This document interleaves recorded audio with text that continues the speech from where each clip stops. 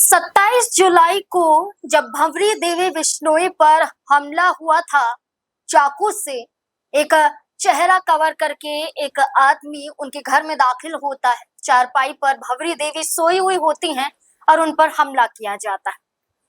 उस हमले में न सिर्फ भंवरी देवी की जान जाती है बल्कि उनकी दोनों बेटियों को भी चोटिल किया जाता है। सबसे ज्यादा या कहीं कि गंभीर रूप से घायल उनकी बड़ी बेटी ही हुई थी, राम ज्योति।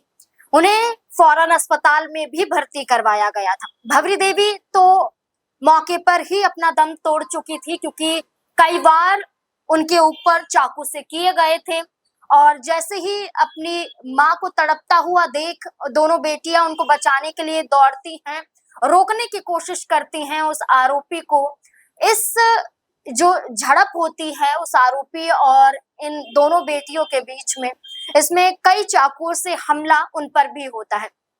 छोटी बेटी पर तो मामूली सी चोटें आई होती हैं, लेकिन जो बड़ी बेटी होती है उस पर काफी गहराई से हमला किया जाता है, जिस वजह से उन्हें अस्पताल में भर्ती कराया जाता है।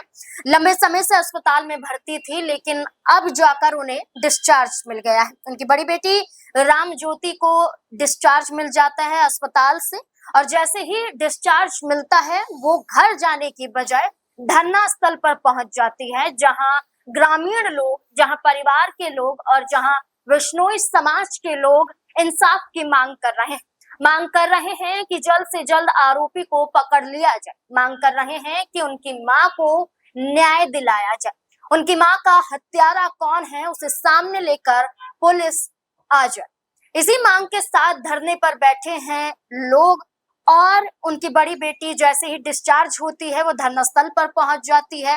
हौसला अफजाई लोगों का करती हुई नजर आती है। खुद ये कहती है कि मैं तब तक नहीं रुकूंगी जब तक मेरी मां को इंसाफ नहीं मिल जाता है। आंसू भी बहते हुए नजर आते हैं, इमोशनल हो जाती हैं, लोगों का धन्यवाद भी करती हुई नजर आती हैं और इस बीच में गांव वाले उन्हें आशीर्वाद तक देते हैं कि आप जिस लड़ाई में हैं उस लड़ाई में हम आपके साथ हैं और इस लड़ाई में आपके परिवार वालों को और आपकी मां को इंसाफ मिलना चाहिए। इस लड़ाई में कांग्रेस के जो पूर्व विधायक हैं किशन राम बिश्नोई, वो भी लगातार धरना स्थल पर ही मौजूद हैं। गांव वालों के साथ, परिवार वालों के साथ कंधे से कंधा मिलाकर वो इस लड़ाई में उनका साथ दे रहे हैं और सिर्फ इतनी मांग है कि कौन है वो आरोपी, उसको गिरफ्तार कर लिया जाए, उसकी पहचान कर ली जाए और उनकी मां को इंसाफ दिलाया जाए।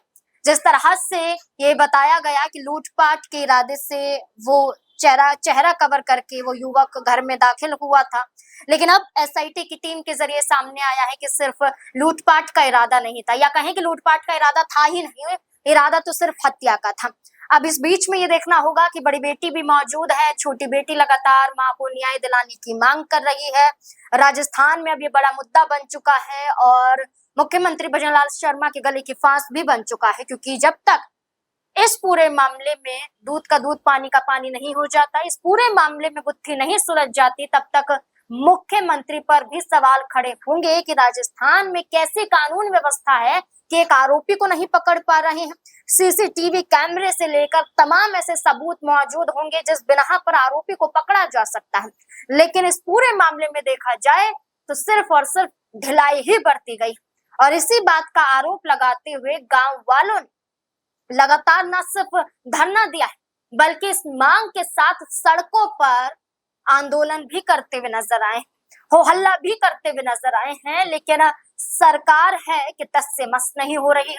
अब देखना होगा कि जिस तरह से उनकी बड़ी बेटी भी मैदान में उतर आई है, छोटी बेटी भी मौजूद है, भाई भी मौजूद है, पति भी मौजूद है, पूरा गांव वालों की बात करें हर एक चेहरा मौजूद है, तो क्या अब त्वरित कार्यवाही हो पाएगी? क्या एसआईटी की टीम 1 से 2 दिनों के अंदर यहाँ आरोपी को पकड़ लेगी या फिर मांग अब ऊपर तक जाएगी, सीबीआई जांच को लेकर या सीआईडी जांच तक ये पूरा मामला पहुंच जाएगा? क्या लगता है आपको, क्या सीबीआई के हाथों में सौंपनी चाहिए इस जो हत्याकांड है, इस पूरे मामले में आरोपी को पकड़ने के लिए? क्या है आपकी राय? इस पूरे मुद्दे को लेकर अपनी राय हमारे साथ जरूर साझा करें।